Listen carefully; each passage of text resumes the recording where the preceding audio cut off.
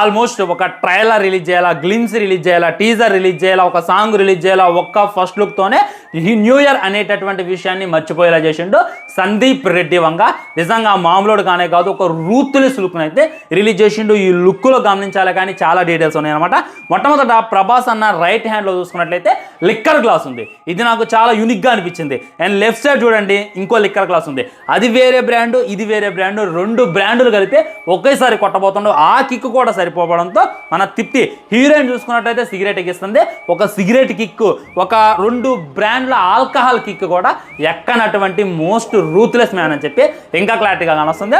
So police officer, ruthless police officer అని చెప్పి అంతగానంగా చెప్పిండు మన సందీప్ రెడ్డి వంగ. సో ఇందులో చూసుకున్నట్టయితే long hair, beard, police officer లాగా కనపట్లేదు అని చెప్పి మీరే అనుకోమాకండి.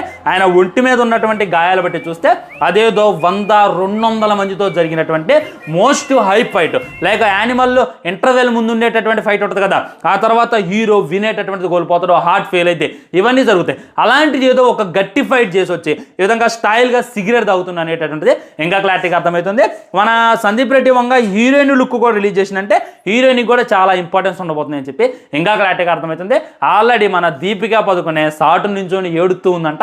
దానికి సంబంధించి ఫుల్ క్లారిటీతో ఒక వీడియో చేస్తాను. కింద కనబడుతున్న లింక్ క్లిక్ చేయండి, ఆ వీడియో చూడండి, మీకే మంచి క్లారిటీ వస్తుంది.